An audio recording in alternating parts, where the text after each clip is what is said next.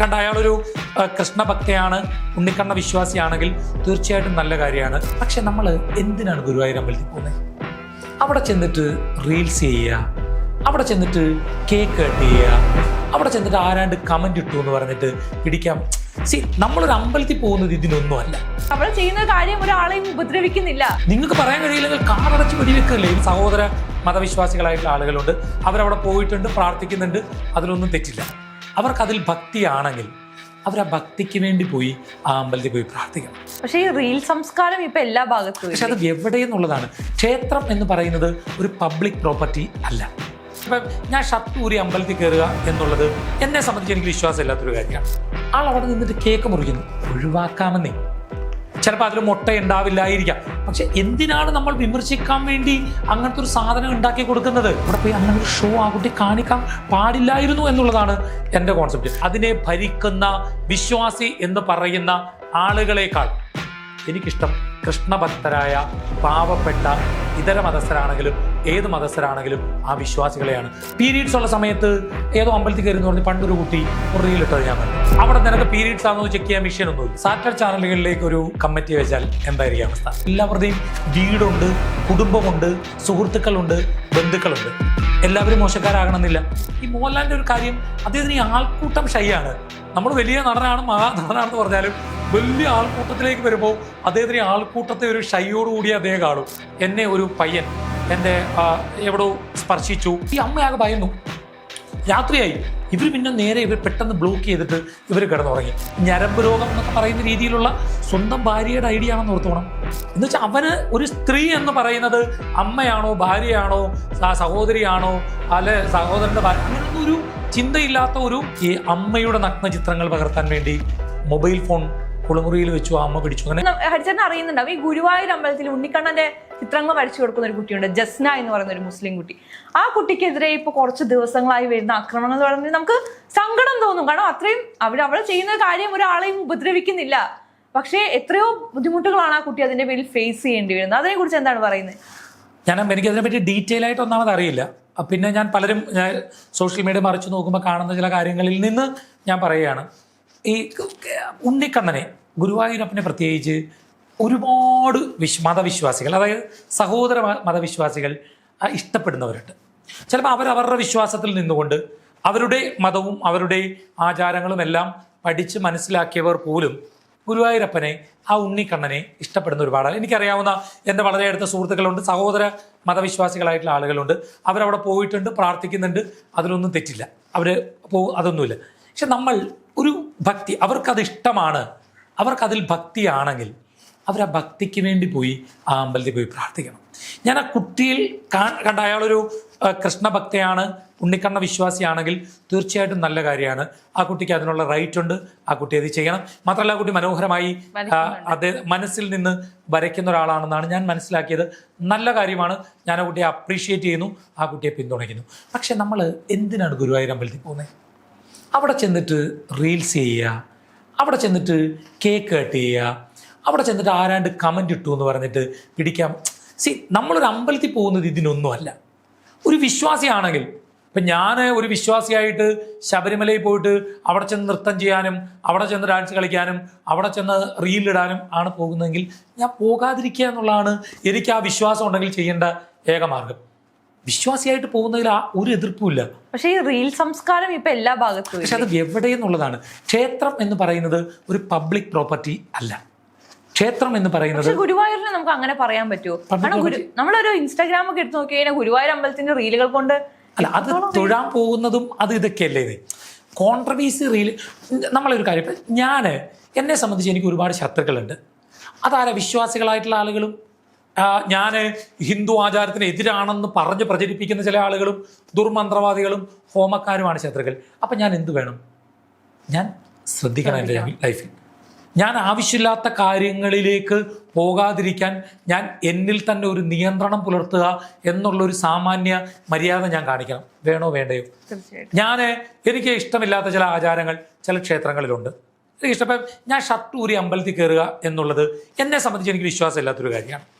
ചിലപ്പോൾ ശരിയായിരിക്കാം, അതിന് പലരും പല ന്യായങ്ങളും ഒക്കെ നിരത്തുന്നുണ്ടാവാം. വ്യക്തിപരമായി ഞാൻ എന്ന വ്യക്തി ഹരികുമാർ എന്ന് പറയുന്ന ഞാൻ എന്ന വ്യക്തിക്ക് ഷർട്ടൂരി അമ്പലത്തിൽ കയറുന്നത് ഇഷ്ടമല്ല. അതുകൊണ്ട് ഞാൻ ഷർട്ടൂരാതെ അമ്പലത്തിൽ കയറിയിട്ട് ഒരു റീൽ എടുത്തിടുക എന്ന് പറയുന്നത് തെറ്റല്ലേ? തെറ്റാണ്. മറ്റുള്ളവരെ വിശ്വാസത്തെ എന്തിനാണ് ഞാനപ്പോൾ എന്താ ചെയ്യുന്നത്? അങ്ങോട്ട് പോകാതിരിക്കുക. ഷർട്ടൂരിക്കാരനോ പുറത്തുനിന്ന് തൊഴും. ചിലയിടത്ത് എനിക്ക് പോകേണ്ടി വന്നിട്ടുണ്ട്. ഞാൻ നേരിയ യൂട്യൂബ് പ്രസംഗിക്കാനൊക്കെ വിളിക്കുമ്പോൾ പോകേണ്ടി വന്നിട്ടുണ്ട്. പക്ഷെ എന്തുകൊണ്ടോ എനിക്ക് ആ ഒരു ആചാരത്തോട് എനിക്ക് താല്പര്യമില്ല. കാരണം വിയർത്ത് കുളിച്ചൊക്കെ പോയി ഷർട്ട് ഇടാതെ നിൽക്കുന്ന ആളുകൾ, തൊട്ടടുത്ത് നിൽക്കുന്ന സ്ത്രീകൾ, എല്ലാവർക്കും അരോചകമായിട്ടുള്ളൊരു ഭക്തിയിൽ പോകുന്ന ഒരു സന്ദർഭത്തിൽ അത്തരം കാര്യങ്ങൾ ഒഴിവാക്കപ്പെടണം എന്നുള്ളതാണ് എൻ്റെ വിശ്വാസം. പത്മനാഭസ്വാമി ക്ഷേത്രത്തിൽ ചെല്ലുമ്പോൾ ചുരിദാറോ പാൻറ്റോ ഇട്ടിട്ട് അതിൻ്റെ പുറത്ത് മുണ്ടെടുത്തുകൊണ്ട് പോകണം എന്ന് പറയുന്നത് എനിക്ക് അത്ര വിശ്വാസമില്ല. കാരണം എനിക്ക് പത്മനാഭൻ നമ്മൾ മുണ്ടെടുത്തോണ്ട് ചെന്നാലും പാൻറ് ഇട്ടുകൊണ്ട് ചെന്നാലും അദ്ദേഹത്തിന് അറിയാം ഇവൻ മുണ്ടിൻ്റെ പുറത്തല്ല, പാനിൻ്റെ പുറത്തല്ല മുണ്ടെടുത്തേക്കുന്നത് എന്ന് അദ്ദേഹത്തിന് അറിയാം. അദ്ദേഹത്തിൻ്റെ കഴിവിനെ എനിക്ക് അത്ര വിശ്വാസമുണ്ട്. അല്ലാതെ അതിൻ്റെ പുറത്ത് ഇത് എടുത്തുകൊണ്ട് പോകുന്നത് ചിലപ്പോൾ അതിന് പല ന്യായങ്ങൾ ആചാരവുമായി ബന്ധപ്പെടുത്തി പറയാമെങ്കിലും എൻ്റെ വിശ്വാസം എനിക്കതില്ല. എന്ന് പറഞ്ഞാൽ ഞാൻ നാളെ അത് പോയിട്ട് അവിടെ ചെന്ന് ബഹളം ഉണ്ടാക്കാനും അവിടെ ചെന്ന് അതിനെതിരെ റീൽ ചെയ്യാനും ഞാൻ പോകുന്നില്ല. അപ്പം നിങ്ങൾ ചോദിച്ചുകൊണ്ടാണ് ഞാനിത് പറയുന്നത്. അങ്ങനെ ഒരു സാമാന്യ മര്യാദയില്ലേ ആ കുട്ടി? ഒന്നാമത് ആ കുട്ടിക്ക് മനസ്സിലാക്കണം, അതിനിപ്പുറത്ത് ഒത്തിരി ശത്രുക്കളുണ്ട്. അതിൻ്റെ മതവിശ്വാസത്തിലും ഉണ്ടാവാം, ഇപ്പുറത്തുള്ളവരിലും ഉണ്ടാവാം. അപ്പോൾ ആ കുട്ടി എന്ത് ചെയ്യണം? അദ്ദേഹം കൃഷ്ണഭക്തിയാണെങ്കിൽ, ഗുരുവായൂരപ്പൻ്റെ ഭക്തിയാണെങ്കിൽ പോവുക, പ്രാർത്ഥിക്കുക, പോരുക, മതിയല്ലോ. പിന്നെ അദ്ദേഹത്തിന് ചിത്രം വയ്ക്കണമെങ്കിൽ വിറ്റോട്ടെ, ആരിവിടെ എതിർത്തു?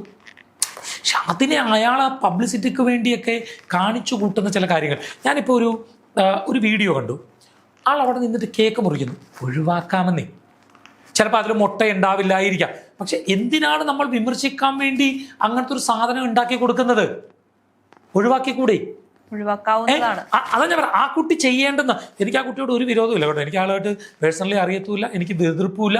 ആ കുട്ടി കൃഷ്ണഭക്തിയാണെന്നുള്ളതിൽ എനിക്ക് ആ കുട്ടിയോട് സ്നേഹവും ഉണ്ട്. പക്ഷെ ആ കുട്ടി നമ്മൾ എന്തൊക്കെ ചെയ്യാം എന്നല്ല, എന്തൊക്കെ ചെയ്തുകൂടാ എന്നുള്ളത് കൂടി ആ കുട്ടി മനസ്സിലാക്കണം. എന്തൊക്കെ ചെയ്തുകൂടാ എന്നുള്ളത് കൂടി നമ്മുടെ ജീവിതത്തിലുണ്ട് അല്ലേ? അതുകൂടി ആ കുട്ടി മനസ്സിലാക്കണം. ആ കുട്ടി ചിത്രം വെക്കുന്നതിൽ തെറ്റില്ല.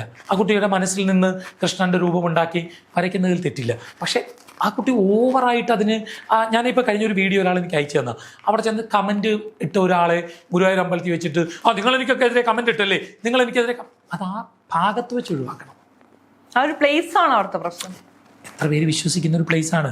അവിടെ പോയി അങ്ങനെ ഒരു ഷോ ആ കുട്ടി കാണിക്കാൻ പാടില്ലായിരുന്നു എന്നുള്ളതാണ് എൻ്റെ കോൺസെപ്റ്റ്. ആ കുട്ടി കൃഷ്ണഭക്തിയായി ഇന്നും ഇരിക്കട്ടെ, നാളെയും ഇരിക്കട്ടെ. ആ കുട്ടി നാളെയും തുടരട്ടെ. കൃഷ്ണനോട് ഇഷ്ടമുള്ള ഒരുപാട് എല്ലാ മതവിശ്വാസികളുണ്ട്, അവരങ്ങനെ തുടരട്ടെ. പക്ഷെ നിങ്ങൾ ആ വിശ്വാസം ഉണ്ടെങ്കിൽ നിങ്ങളുടെ മതത്തിൽ നിന്നുകൊണ്ട് ആ വിശ്വാസം ഇട്ടോളൂ. നിങ്ങൾ പ്രാർത്ഥിക്കാൻ വേണ്ടി പൊക്കോളൂ, നിങ്ങൾ തൊഴാൻ വേണ്ടി പൊക്കോളൂ, വഴിപാടുകൾ നടത്താൻ വേണ്ടി പൊക്കോളൂ. നിങ്ങൾ അവിടെ ചെന്നിട്ട് റീലിടാനും കോൺട്രവേഴ്സി ഉണ്ടാക്കാനും കഴിവതും പോകാതിരിക്കുക. നാളെയും ആ കുട്ടി പോകണം എന്ന് തന്നെയാണ് എൻ്റെ അഭിപ്രായം. പക്ഷെ പ്രാർത്ഥിക്കാൻ പോകട്ടെ. മിണ്ടാണ്ടൊരു സൈഡിൽ കൂടെ പോയി പ്രാർത്ഥിച്ചിട്ട് പോരാലോ. ഞാൻ ഗുരുവായൂർ അമ്പലത്തിൽ പോകുമ്പോൾ ഞാൻ 1000 രൂപയുടെ കൂപ്പൺ എടുത്തിട്ട് പോകത്തില്ല.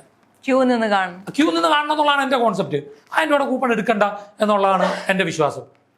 1000 രൂപയുടെ കൂപ്പൺ എടുക്കണ്ട എന്നുള്ളതാണ് എൻ്റെ വിശ്വാസം. കാരണം ഞാനത് തെറ്റായിട്ട് ചിന്തിക്കുന്നു. പിന്നെ എല്ലാവരും വരട്ടെ. ഗുരുവായൂർ അമ്പലത്തിൽ എല്ലാവരും വരട്ടെ. എല്ലാ അമ്പലത്തിലും എൻ്റെ അഭിപ്രായം, അവിടെ ആ ഭരണം കൈയാളി അവിടുത്തെ വലിയ അധികാര സ്ഥാനങ്ങളിലിരുന്ന് കൃഷ്ണൻ്റെ സ്വത്തുക്കൾ, കൃഷ്ണന് വരേണ്ട കാര്യങ്ങൾ, അവിടെ നടക്കേണ്ട കാര്യങ്ങൾ ചെയ്യാതെ അതിനെ കട്ടുമുടിക്കുന്ന, അതിനെ രാഷ്ട്രീയ ആയുധമാക്കി മാറ്റുന്ന, അതിനെ ഭക്തജനങ്ങളുടെ വികാരത്തെ ഹനിക്കുന്ന, പണം വാങ്ങിക്കൊണ്ട് അവിടെ എന്തും ചെയ്യുന്ന, മോശമായ പ്രവർത്തനങ്ങൾ ചെയ്യുന്ന, അതിനെ ഭരിക്കുന്ന വിശ്വാസി എന്ന് പറയുന്ന ആളുകളേക്കാൾ എനിക്കിഷ്ടം കൃഷ്ണഭക്തരായ പാവപ്പെട്ട ഇതര മതസ്ഥരാണെങ്കിലും ഏത് മതസ്ഥരാണെങ്കിലും ആ വിശ്വാസികളെയാണ്. അവർ കയറണമെന്നുള്ളതാണ് എൻ്റെ കോൺസെപ്റ്റ്. കള്ളന്മാരെക്കാൾ എന്തുകൊണ്ട് നല്ലത് ഇവരാണ്. ഇപ്പൊ ഭക്തിയില്ലാത്ത ഒരു ഹിന്ദുവിനെ കയറി നിന്ന് തൊഴാതെ നിൽക്കുന്ന സന്ദർഭങ്ങളിൽ വരെ പക്ഷേ ഹിന്ദുക്കൾക്ക് പ്രവേശനമില്ല. വിശ്വാസിയായല്ലോ എല്ലാവരും കയറണോ? നീ ഒരു വിശ്വാസിയാണെങ്കിൽ അവരെ കയറ്റണം. പക്ഷെ വിശ്വസിക്കാൻ പോകണം. അവിടെ റീലിടാൻ പോകരുത്. അവിടെ കയറിയിട്ട് അവിടെ കേക്ക് മുറിക്കാൻ പോകരുത്. അവരുടെ വേറെ വേലകൾ കാണിക്കാൻ പോകരുത്. ഞാൻ പറഞ്ഞു വന്നൊരു പോയിന്റ്, ക്ഷേത്രം എന്ന് പറയുന്നത് ഒരു പ്രൈവറ്റ് പ്രോപ്പർട്ടിയാണ്. ആരുടെ പ്രൈവറ്റ് പ്രോപ്പർട്ടി? വിശ്വാസികളുടെ പ്രൈവറ്റ് പ്രോപ്പർട്ടി. അത് പബ്ലിക് പ്രോപ്പർട്ടി അല്ല. വഴിയെ നടക്കുന്നവർക്കെല്ലാം കയറി ഇറങ്ങി പോകാവുന്ന സ്ഥലമല്ല ക്ഷേത്രം. ക്ഷേത്രം എന്ന് പറയുന്നത് ഒരു പ്രൈവറ്റ് പ്രോപ്പർട്ടിയാണ്. വിശ്വാസികൾ മാത്രം കയറുക. നിനക്ക് വിശ്വാസം ഇല്ലയോ? കയറണ്ട. നിന്നോട് ആര് പറഞ്ഞു വരാൻ? ഫോഴ്സ് ചെയ്യുന്നില്ലല്ലോ. ആ പീരീഡ്സ് ഉള്ള സമയത്ത് ഏതോ അമ്പലത്തിൽ കയറി എന്ന് പറഞ്ഞ് പണ്ടൊരു കുട്ടി ഒരു റീലിട്ടത് ഞാൻ കണ്ടു. വിശ്വാസിയുടെ വിശ്വാസം ആ സമയത്ത് അവിടെ കയറരുതെന്നുള്ള. നീ അതിനെ ഇനി സയൻസ് വെച്ച് നോക്കി അല്ലെ ഏത് ഗ്രന്ഥം എന്ന് ചോദിച്ചിട്ട് കാര്യമില്ല. വിശ്വാസികളുടെ വിശ്വാസവും അവർ പിന്തുടരുന്ന ആചാരവും അതാണെങ്കിൽ നിനക്കത് വിശ്വസിക്കാമെങ്കിൽ കയറിയാൽ മതി. അല്ലാതെ അവിടെ നിനക്ക് പീരീഡ്സ് ആണെന്ന് ചെക്ക് ചെയ്യാൻ മെഷീനൊന്നുമില്ല, ആരും വെച്ചിട്ടില്ല. അതൊരു പ്രൈവറ്റ് പ്രോപ്പർട്ടി ആണ് എന്ന ബോധ്യം എല്ലാവർക്കും ഉണ്ടാകുക. അതൊരു ആർക്കും കയറി ഇറങ്ങി നിരങ്ങാവുന്ന ഒരു സ്ഥലമല്ല ഒരാരാധനാലയവും, അത് പ്രൈവറ്റ് പ്രോപ്പർട്ടിയാണ്. അപ്പോൾ അങ്ങനെ വിചാരിച്ചാൽ പ്രശ്നം വരും. പക്ഷെ ഇപ്പൊ ഈ പീരീഡ്സ് ആവുന്ന സമയത്ത് അശുദ്ധിയുടെ പേര് പറഞ്ഞ് പോകരുത് എന്ന് പണ്ട് മുതലേ പറയുന്നുണ്ട്. പക്ഷെ ഇന്നതാരും കേൾക്കുന്നില്ലെന്ന് ഞാൻ പറയും. ഇപ്പൊ ഒരുപാട് പേർ അതൊന്നും നോക്കാതെ തന്നെ പോകുന്നുണ്ട്. പക്ഷെ അതുകൊണ്ട് അവിടെ ഒന്നും സംഭവിക്കുന്നില്ല എന്നത് വലിയൊരു കാര്യമായിട്ടാണ് പറയുന്നത്. സംഭവിക്കുകയോ സംഭവിക്കില്ലയോ എന്നുള്ളതിലല്ലല്ലോ അവിടെ പ്രശ്നം. ഇതൊക്കെ പണ്ട് മുതലേ പറഞ്ഞു വന്ന കാര്യങ്ങൾ. ചിലപ്പം എന്താ പറയുക, ഞാൻ മനസ്സിലാക്കുന്നത് പണ്ട് അടുത്തടുത്തടുത്ത് ക്ഷേത്രങ്ങളൊന്നും ഇല്ലല്ലോ, വനത്തിലൊക്കെ കൂടെ പോകും. അപ്പം സ്ത്രീകളെ സംബന്ധിച്ച് അവരുടെ ആർത്തവത്തെ വളരെ പോസിറ്റീവായിട്ട് കാണുമായിരുന്നു നമ്മൾ. ഈ ആർത്തവം ഒരു ഉത്സവം പോലെ നടത്തുന്ന കാലമുണ്ട്. അവരെ ചന്ദനമൊക്കെ തേൽപ്പിക്കുക, മഞ്ഞൾ തേപ്പിക്കുക, അങ്ങനത്തെ ഭയങ്കര ബഹുമാനത്തോടുകൂടി ആ സമയത്ത് ആർത്തവ സമയത്ത് കഠിനമായ ജോലികൾ ചെയ്യിപ്പിക്കില്ല, പണ്ട് വെള്ളം കോരിക്കില്ല, അങ്ങനെ പല കാര്യങ്ങൾ ചെയ്യിക്കത്തില്ല. ഇതൊക്കെ അപ്പം അമ്പലത്തിൽ പോവാന്ന് പറഞ്ഞാൽ അന്ന് വനത്തിൽ കൂടെ ഒക്കെ പോകണം. അപ്പൊ ഈ ആർത്തവ സമയത്ത് സ്ത്രീകളെ ഇപ്പൊ ആർത്തവത്തിന് ജോലി പോലും ലീവ് ഉണ്ടെന്നുള്ള നിലയിലേക്ക് കാര്യം വന്നു. ആ ബഹുമാനം കൊടുത്ത സംസ്കാരമാണ് ഹൈന്ദവ സംസ്കാരം. അതുകൊണ്ടായിരിക്കാം ഒരു പക്ഷേ ക്ഷേത്രത്തിൽ ആ സമയത്ത് പോകരുത് എന്ന് പറയുന്നതെന്നാണ് ഞാൻ വിശ്വസിക്കുന്നത്. അത് വിശ്വാസികളുടെ പ്രൈവറ്റ് സ്ഥലമൊന്നേ. നിങ്ങൾ ആർത്തവമുള്ള സമയത്ത് പോകണം എന്ന് വിശ്വസിക്കുന്ന ആളാണെങ്കിൽ നിങ്ങൾ അവിടെ പോകരുത്. കാരണം എന്താ, അത് പ്രൈവറ്റ് പ്രോപ്പർട്ടിയാണ്. ഒരു വിശ്വാസി അത് വിശ്വസിക്കുന്നില്ല, പിന്നെ നിങ്ങൾ എന്തിനാ പോകുന്നത്? അപ്പൊ ഹരിച്ചേട്ടൻ ഈ ആസ്ട്രോളജർ ഫേസ് അല്ലാതെ ഹരിച്ചേട്ടൻ ഒരു ഫേസും കൂടി ഉണ്ട്. നമ്മളിപ്പോ സിനിമയിലൊക്കെ ഹരിച്ചേട്ടനെ കാണാൻ തുടങ്ങിയിട്ടുണ്ട്. സിനിമാ ജീവിതമൊക്കെ എങ്ങനെയുണ്ട്? ഇപ്പോൾ ഒരു സിനിമ റിലീസാവാൻ പോകുന്നുണ്ട്. അതിൽ അത്യാവശ്യം കൊള്ളാവുന്ന ഒരു റോളാണ്. നമ്മുടെ വിഷ്ണു മോഹൻ മേപ്പടിയാൻ്റെ ഡയറക്ടറായി അദ്ദേഹം സംവിധാനം ചെയ്ത മേതിൽ ദേവി, ബിജു മേനോനൊക്കെ അഭിനയിച്ച കഥ ഇന്നുവരെ എന്നൊരു സിനിമ 20-ാം തീയതിയാണ് റിലീസ്. നല്ല പടമായിരിക്കും എന്ന് വിശ്വസിക്കുന്നു. ഓക്കെ, അപ്പൊ എന്തായാലും ഈ സിനിമാ മേഖല മൊത്തത്തിൽ പുകഞ്ഞുകൊണ്ടിരിക്കുകയാണെന്ന് നമുക്ക് എല്ലാവർക്കും അറിയാം. ഒരുപാട് പ്രശ്നങ്ങളാണ്. ഹേമ കമ്മിറ്റിയുടെ റിപ്പോർട്ട് വന്നതിന്റെ പുറത്ത് എല്ലാവർക്കെതിരെയും ആരോപണങ്ങൾ, അങ്ങനെ എല്ലാം പ്രശ്നങ്ങളാണ്. എന്താ ഹരിച്ചേട്ടന് തോന്നുന്നുണ്ടോ ആ ഇൻഡസ്ട്രി ഇത്രത്തോളം? എല്ലാ ഇൻഡസ്ട്രിയിലും ഇല്ലേ ഉണ്ട്. ഇപ്പൊ ഞാൻ പറഞ്ഞിട്ട് ഇപ്പൊ സാറ്റലൈറ്റ് ചാനലുകളൊക്കെ ഇതെടുത്തിട്ട് ഭയങ്കരമായിട്ട് വലിച്ചു കയറി തേക്കുന്നുണ്ട്. സാറ്റലൈറ്റ് ചാനലുകളിലേക്ക് ഒരു കമ്മിറ്റി വെച്ചാൽ എന്തായിരിക്കും അവസ്ഥ? പെട്ടുപോകും. ആണേ, തീർച്ചയായിട്ടും നമ്മൾ വേണം ഒരു സ്ത്രീകൾക്കെതിരെയുള്ള അതിക്രമങ്ങൾക്കെതിരെ ചെയ്യണം. പക്ഷെ ഒരു ഇൻഡസ്ട്രിയെ മൊത്തത്തിൽ ഇങ്ങനെ തകർക്കുന്ന രീതിയിൽ വരുന്നത് ശരിയല്ല. ജെനുവിനായിട്ട് പേര് എനിക്ക് സാറ്റലൈറ്റ് ചാനലുകളോട് വിരോധം തോന്നിയൊരു കാര്യം, ഈ കാടടച്ച് വെടിവെക്കുന്ന ചില ആരോപണങ്ങളുണ്ട്. അതായത് ഈ പണ്ട് GS പ്രദീപിന്റെ ചോദ്യം പോലെ, ഞാൻ അഭിനയിച്ച 3 സിനിമകളിലെ ഒരാൾ എന്നോട് മോശമായി പെരുമാറി എന്ന് പറയുകയാണ്. പേര് പറയാൻ പറ്റാത്ത ഒരാൾ അങ്ങനെ ഒരു ആരോപണം പറഞ്ഞാൽ അത് കൊടുക്കാതിരിക്കുക എന്നൊരു മാന്യത സാറ്റലൈറ്റ് ചാനലുകൾ പുറത്തുണ്ട്. കാരണം ആ 3 സിനിമകൾ അഭിനയിച്ച എല്ലാവരുടെയും വീടുണ്ട്, കുടുംബമുണ്ട്, സുഹൃത്തുക്കളുണ്ട്, ബന്ധുക്കളുണ്ട്. എല്ലാവരും മോശക്കാരാകണമെന്നില്ല. പക്ഷെ അതിലെല്ലാവരെയും ഇവർ സംശയത്തോടു കൂടി കാണില്ലേ? അതിനൊരു അവസരം കൊടുക്കാൻ പാടില്ല എന്നുള്ളതാണ് എൻ്റെ ഒരു വിശ്വാസം. പഴയ മാധ്യമ പ്രവർത്തനം എന്നുള്ള നിലയിൽ നിങ്ങൾക്ക് പറയാനാണെങ്കിൽ ഇന്ന ആൾ ഇന്ന സിനിമയിലെ ഇന്ന ആൾ എന്ന് നിങ്ങൾക്ക് തുറന്ന് പറയാൻ കഴിയുമോ? കഴിയില്ല. എന്നാൽ നിങ്ങൾ പറയണ്ട. നിങ്ങൾക്ക് പറയാൻ കഴിയില്ലെങ്കിൽ കാടടച്ച് വെടിവെക്കല്ലേ. ഞാൻ പറയില്ലേ, ഇതിലുണ്ടോ അതിലുണ്ട്, ഈ അക്ഷരത്തിലുണ്ടോ ആ അക്ഷരത്തിലുണ്ട് എന്ന് പറയുന്ന പോലുള്ളൊരു കളി, അതൊരു സുഖകരമായിട്ടുള്ളൊരു കളിയല്ല. പിന്നെ ഉപ്പ് തിന്നവർ പറഞ്ഞ പോലെ വെള്ളം കുടിക്കണം.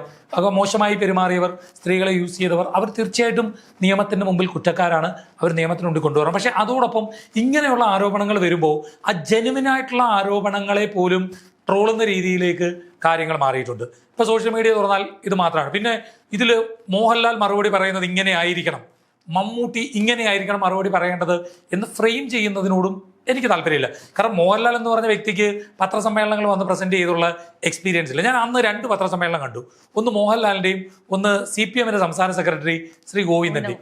അദ്ദേഹം പറഞ്ഞ ചോദ്യത്തിൽ എന്താ മുകേഷ് രാജിവെക്കണ്ട, മുകേഷ് ഇത് ചെയ്യണ്ട. പക്ഷെ അദ്ദേഹത്തിന് കൃത്യമായി അത് അവതരിപ്പിക്കാനുള്ള കഴിവുണ്ട്. കാരണം അദ്ദേഹത്തിന്റെ പ്രൊഫഷൻ അതാണ്, അദ്ദേഹം ഇത് ഡീൽ ചെയ്തു വന്ന ആളാണ്.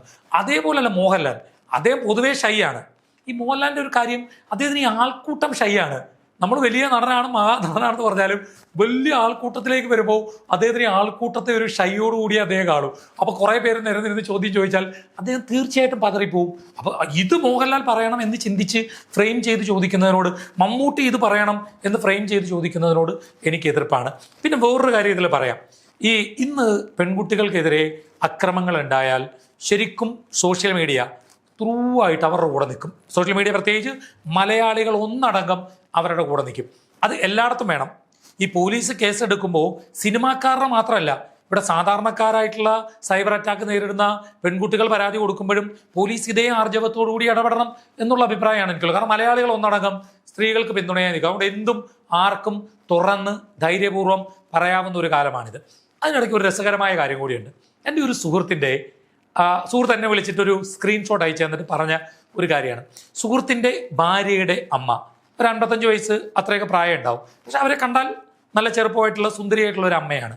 അപ്പോൾ അത്രയും പ്രായമുള്ള ഒരമ്മ, ആ അമ്മയ്ക്ക് അവൻ്റെ ഭാര്യയുടെ കൂടെ പഠിച്ച ഒരു പയ്യൻ്റെ ഭാര്യ റിലേഷൻ നോക്കിക്കോണം. അതായത് അവൻ്റെ ഭാര്യയുടെ കൂടെ പഠിച്ച ഒരു പയ്യൻ്റെ ഭാര്യ രാത്രിയിൽ മെസ്സഞ്ചറിൽ മെസ്സേജ് അയക്കുന്നു. എന്തുകൊണ്ട് അമ്മയെന്നൊക്കെ ചോദിക്കുന്നു. അപ്പോൾ ആ സുഖമാണെന്നൊക്കെ പറയുന്നു. അപ്പം കൂട്ടുകാരൻ്റെ ഭാര്യയല്ലേ, മകളുടെ കൂട്ടുകാരൻ്റെ ഭാര്യയാണ്. അപ്പോൾ അവരങ്ങനെ ചാറ്റ് ചെയ്തപ്പോൾ ആ കുട്ടി പറഞ്ഞു, അമ്മേ എന്നെ ഒരു പയ്യൻ എൻ്റെ എവിടോ സ്പർശിച്ചു എന്ന് പറയുമ്പോൾ അവർ, മോളെന്താ അത് പെട്ടെന്ന് പരാതിപ്പെടാഞ്ഞേ, മോളത് പരാതിപ്പെട്ടിരുന്നെങ്കിൽ എല്ലാവരും മോടെ കൂടെ നിൽക്കുമല്ലോ എന്നൊക്കെ പറഞ്ഞപ്പോൾ ഈ കുട്ടി കുഴപ്പമില്ലമ്മേ. പക്ഷേ പിന്നീട് ഈ കുട്ടി പറയുന്നത് മുഴുവൻ അവളെ പിന്നീട് അവൻ പ്രേമിച്ചെന്നും വീട്ടിൽ വന്നെന്നും പിന്നെ പലര് വീട്ടിൽ വന്നെന്നും അങ്ങനെയുള്ള കാര്യങ്ങളാണ് ചാറ്റ് ചെയ്തപ്പോൾ ഈ അമ്മയാകെ ഭയന്നു. രാത്രിയായി. ഇവർ പിന്നെ നേരെ പെട്ടെന്ന് ബ്ലോക്ക് ചെയ്തിട്ട് ഇവർ കിടന്നുറങ്ങി. പിറ്റേന്ന് ഈ പെൺകുട്ടിയെ വിളിച്ച് പറയുമ്പോഴാണ് അറിയുന്നത് ആ പയ്യൻ, കൂടെ പഠിച്ച പയ്യൻ ഭാര്യയുടെ ഫേക്കായിട്ടുള്ള മെസ്സഞ്ചർ ഉണ്ടാക്കി ആ മെസ്സഞ്ചറിൽ നിന്ന് ഈ സ്ത്രീകളെ മുഴുവൻ ചാറ്റ് ചെയ്യുകയാണ്. ഇവരെയും ചാറ്റ് ചെയ്തിട്ടുണ്ട്, ഇവരുടെ കൂടെ പഠിച്ച പല പെൺകുട്ടികളെയും ആ ഭാര്യയാണ് എന്നുള്ള നിലയിൽ ഇവൻ ഇത്തരത്തിലുള്ള മോശമായ അവക്ക് പറ്റിയെന്ന് പറഞ്ഞ ഒരു സൈക്കോളജിക്കൽ ഇഷ്യൂ ആണ്. ഞരമ്പ് രോഗം എന്നൊക്കെ പറയുന്ന രീതിയിലുള്ള സ്വന്തം ഭാര്യയുടെ ഐഡിയ ആണെന്ന് ഓർത്തോണം. ആ ഐഡിയ കൂട്ടുകാരൻ്റെ അമ്മയോട് കൂട്ടുകാരികളോടും എന്ന് വെച്ചാൽ അവന് ഒരു സ്ത്രീ എന്ന് പറയുന്നത് അമ്മയാണോ ഭാര്യയാണോ സഹോദരിയാണോ അല്ലെ സഹോദരൻ്റെ ഭാര്യ, അങ്ങനെയൊന്നും ഒരു ചിന്തയില്ലാത്ത ഒരു വെറും മോശമായിട്ടുള്ള ഒരു ഞരമ്പ് രോഗിയായിട്ടുള്ള ഒരു സൈക്കിക്, അങ്ങനെയാണ് പറയാം. അവനാണ് ഈ അയച്ചത്. തമാശ അതല്ല. ഹേമ കമ്മിറ്റി റിപ്പോർട്ട് വന്നപ്പം ആശാൻ ഫേസ്ബുക്കിൽ പോസ്റ്റ് ഇട്ടേക്കാണ്, ഈ സിനിമാക്കാരന്മാരെയെല്ലാം ഓടിച്ചിട്ടടിക്കണം, ഇവരൊക്കെ സ്ത്രീകൾക്കെതിരെ ഇവൻ എന്തൊരു വൃത്തികെട്ടവനാണ്, ഇവനെയൊക്കെ തല്ലിക്കൊല്ലണം എന്നൊക്കെ പറഞ്ഞ് ഇവൻ പോസ്റ്റ് ഇട്ടേക്കുന്നതാണ് എനിക്ക് സ്ക്രീൻഷോട്ട് എടുത്ത് ഈ ആശാൻ അയച്ചതെന്ന്. ഇപ്പം ഞാൻ ഇത് പറയുമ്പോഴും ഞാൻ മോക്കറിയാലോ, ഈ ചോദ്യം വരുമ്പോൾ ഞാൻ ഒന്ന് കട്ട് ചെയ്തിട്ട് ഇത് പറയണോ, എടാ ഇത് ഞാനൊന്ന് പറഞ്ഞോട്ടെ എന്ന് ചോദിച്ചിട്ടാണ്, അനുവാദം ചോദിച്ചിട്ടാണ് ഞാൻ ഇതിപ്പം നിങ്ങളോട് പറയുന്നത് പോലും. കാരണം പേര് നമ്മൾ വെളിപ്പെടുത്തുന്നില്ല. ഒന്ന് ആലോചിച്ച് നോക്കൂ, ഇങ്ങനത്തെ കുറേ ആളുകളുണ്ട് ഇതിൽ കമൻ്റ് ഇടാൻ. അപ്പം ഇവര് വ്യക്തി ജീവിതത്തിൽ അവർ വളരെ മോശക്കാരാണ്, എന്നാൽ ഇങ്ങനൊരു പ്രശ്നം വരുമ്പോൾ അവർ സിനിമാക്കാരായതുകൊണ്ട് നശിക്കണം എന്ന് പറയുന്ന ഒരു ഇൻഡസ്ട്രിയാണ്. അതിൽ മോശക്കാരുണ്ട്, അവരെ തീർച്ചയായിട്ടും തുറന്ന് കാട്ടപ്പെടണം. എനിക്ക് പിന്നെ അങ്ങനെ സിനിമയുമായി ഒരു ബന്ധമുള്ള ആളല്ല. ഞാൻ ഈ സിനിമയിൽ അഭിനയമവുമായിട്ട് നടക്കുന്ന ഒരാളല്ല. സിനിമയിൽ വലിയ ബന്ധങ്ങളുള്ള ആളാണ്, പക്ഷെ അതൊന്നും ഞാൻ എൻ്റെ അഭിനയത്തിന് വേണ്ടിയോ എന്നെ അഭിനയിപ്പിക്കാനോ ഉപയോഗിച്ചിട്ടില്ല. നല്ലവരുമുണ്ട്, ഇതിൽ ചീത്ത ആളുകളുമുണ്ട്. എല്ലാ മേഖലകളിലും ഉള്ളതുപോലെ നല്ലവർ നല്ലതായിട്ട് ജീവിക്കട്ടെ, ചീത്തയുള്ളവർ ചീത്തയാകട്ടെ. പക്ഷെ പറയുമ്പോൾ ഇന്നയാൾ എന്നുള്ള രീതിയിൽ പറയുന്നത് മാത്രം കൊടുക്കാൻ ദയവായി ചാനലുകൾ ശ്രമിക്കണം എന്നൊരു അഭ്യർത്ഥന എന്നെ സംബന്ധിച്ചുണ്ട്. കാരണം 3-4 സിനിമകളിൽ അഭിനയിച്ചു എന്ന് പറയുമ്പോൾ കഷ്ടമാണ്. ആ സിനിമയിൽ അഭിനയിച്ചവർ മുഴുവൻ പെടുകയാണ്, അവരുടെ കുടുംബവും അവരുടെ കുട്ടികൾ എല്ലാം പോവാണ്. അതൊന്ന് ശ്രദ്ധിക്കണം എന്ന് മാത്രമേ എനിക്കിതിൽ അഭിപ്രായമുള്ളൂ. ചേട്ടൻ ഈ സിനിമയിൽ അഭിനയിക്കുന്ന സമയത്ത് ഇത്തരത്തിലുള്ള എന്തെങ്കിലും പ്രശ്നങ്ങൾ അല്ലെങ്കിൽ അങ്ങനെ എന്തെങ്കിലും തോന്നിയിട്ടൊക്കെ ഉണ്ടോ? അങ്ങനെ സിനിമയിൽ സജീവമല്ലല്ലോ, നമ്മളങ്ങോട്ട് ചെന്നു നമുക്കുള്ള രംഗം തരുന്നു, അഭിനയിക്കുന്നു, പോരുന്നു. ആരുമായിട്ടും അങ്ങനെ അവിടെ വെച്ച് കമ്മ്യൂണിക്കേറ്റ് ചെയ്യാൻ എനിക്കൊരു വെബ് സീരീസിൽ അഭിനയിക്കുമ്പോഴാണ് എനിക്കായിട്ടൊരു ക്യാരവാൻ പോലും കിട്ടിയത്. അല്ലാതെ നമുക്ക് അങ്ങനെയുള്ള സംവിധാനങ്ങളൊന്നും ഇല്ല. ഇത്തരത്തിലുള്ള പ്രശ്നങ്ങൾ എന്തെങ്കിലും പറയാറൊക്കെ ഇല്ല. അങ്ങനെ സിനിമയിൽ നിന്നൊന്നും അങ്ങനെ ആരും പറയാറില്ല. അതിൽ അങ്ങനെയുള്ള അല്ലാതൊക്കെ പലരും പല കാര്യങ്ങൾ പറയുന്നുണ്ട്. സിനിമാക്കാരെ പറ്റിയൊന്നും അങ്ങനെ ആരും ഇതുവരെ പറഞ്ഞു. ഇപ്പൊ ചേട്ടൻ ഈ സുഹൃത്തിന്റെ കാര്യം പറഞ്ഞല്ലോ, ഇത്തരത്തിലുള്ള പ്രശ്നം കേരളത്തിൽ കൂടുകയാണെന്ന് എനിക്ക് തോന്നിയിട്ടുണ്ട്. പല സമയത്തും ഒരുപാട് വാർത്തകളൊക്കെ കാണുന്ന സമയത്ത് ഇത്തരത്തിൽ അമ്മ, പെങ്ങൾ, സുഹൃത്ത് അതൊന്നും ബോധമില്ലാതെ അത്രത്തോളം ലൈംഗികമായി സംസാരിക്കുന്ന ലൈംഗിക അരാജകത്വം ഉണ്ട് നാട്ടില്. മനസ്സിലായി? ഇതിന് ഇവർ തന്നെ മാന്യന്മാരാകുന്നിടത്താണ് ഈ പ്രശ്നം. ഇവർ തന്നെ മാന്യന്മാരാകുന്നു എന്നുള്ളതാണ് പ്രശ്നം. പക്ഷെ അങ്ങനെ ഒരുപാട് പേര് എന്നോടൊന്ന് പറഞ്ഞിട്ടുണ്ട് കേട്ടോ. അതായത് ഈ സഹോദര തുല്യരായിട്ടുള്ള ആളുകളിൽ നിന്ന് മോശമായിട്ടുള്ള ബിഹേവിയർ ഉണ്ടായിട്ടുണ്ട് എന്നൊക്കെ പറഞ്ഞിട്ട് ഈ ആസ്ട്രോളജിക്കലി ഇവർ ഭയങ്കരമായിട്ട് ഭയന്നിട്ട് വന്ന് പറഞ്ഞിട്ടുണ്ട്. പിന്നെ ഈ കുട്ടികളുടെ സൈക്കോളജി, ഒരു ചെറുപ്പക്കാരൻ പയ്യൻ ഈ അമ്മയുടെ നഗ്ന ചിത്രങ്ങൾ പകർത്താൻ വേണ്ടി മൊബൈൽ ഫോൺ കുളിമുറിയിൽ വെച്ചു, ആ അമ്മ പിടിച്ചു, അങ്ങനെയൊക്കെയുള്ള ചിലപ്പോൾ മാനസികമായ എന്തൊക്കെ പ്രശ്നങ്ങളൊക്കെ ആയിരിക്കാം. അങ്ങനെയൊക്കെയുള്ള ഒരുപാട് കേസുകൾ ആളുകൾ വന്ന് ഷെയർ ചെയ്തിട്ടുണ്ട്. പക്ഷെ ഇതൊക്കെ ഉണ്ടാക്കുന്ന ട്രോമകൾ വലുതല്ലേ, പ്രത്യേകിച്ച് പെൺകുട്ടികളൊക്കെ സംബന്ധിച്ച്. മാനസികമായിട്ട് അവരെ ഭയങ്കരമായിട്ട് തളർത്തും. കുറച്ച് പെൺകുട്ടികൾ കുറച്ച് ബോൾഡ് ആകുക, ഇൻസിഡന്റ് ഉണ്ടായാലും അപ്പോൾ പരാതി കൊടുക്കാൻ ശ്രമിക്കുക. വർഷങ്ങൾ നീണ്ടു നിൽക്കുമ്പോൾ അവരുടെ ജെനുവിനിറ്റി ചോദ്യം ചെയ്യപ്പെടും. ചിലപ്പോൾ പല കാരണങ്ങൾ കൊണ്ടായിരിക്കാം അവർ പരാതി കൊടുക്കാതെ പോയിട്ടുണ്ടാവുക. പക്ഷേ ഭാവിയിൽ അവരുടെ ജെനുവിനിറ്റി ചിലപ്പോൾ ചോദ്യം ചെയ്യപ്പെടുന്ന രീതിയിലേക്ക് വരാം. അതുകൊണ്ട് പ്രശ്നം ഉണ്ടായാൽ അപ്പോൾ പരാതി കൊടുക്കുക. ആ പരാതി കൊടുക്കാൻ അവർക്ക് ധൈര്യം കാണിക്കണം. കാരണം ഈ ലോകം മലയാളികൾ മുഴുവൻ അവരോടൊപ്പം നിൽക്കും. അങ്ങനെയാണല്ലോ നമുക്കിപ്പോൾ കാലം തെളിയിക്കും. പക്ഷെ മറ്റൊരു കേസ് അല്ലെങ്കിൽ മറ്റൊരു ട്രെൻഡ് വന്നു കഴിഞ്ഞാൽ മലയാളികൾ അതിന് പിന്നിൽ പോകും എന്നുള്ള ഒരു പ്രശ്നം കൂടി. അതൊക്കെ പോകും, അതൊക്കെ ഇട്ടിട്ട് പോകും. പുതിയൊരു വിഷയം വന്നാൽ പഴയ വിഷയങ്ങൾ. കാരണം നമ്മൾ കൊൽക്കത്തയിലെ പെൺകുട്ടി പീഡിപ്പിക്കപ്പെട്ട വിഷയത്തിന് പിന്നിലായിരുന്നു കുറച്ചു കാലമായിട്ട് മലയാളികൾ. ഇപ്പൊ അത് വിട്ടിപ്പോ സിനിമാ മേഖലയുടെ മേലെ തൂങ്ങി. അത് പിന്നെ എല്ലായിടത്തെയും പ്രശ്നമാണ്. ഒരു വിഷയം വരുമ്പോൾ അത് കളഞ്ഞിട്ട് അടുത്ത വിഷയത്തിൽ പിടിക്കും. എന്തായാലും ഒരുപാട് നന്ദിയുണ്ട് ഇത്രയും നേരം സംസാരിച്ചതിന്. മറ്റൊരു വിഷയമായി നമുക്ക് വേഗം തന്നെ കാണാം. നമസ്കാരം.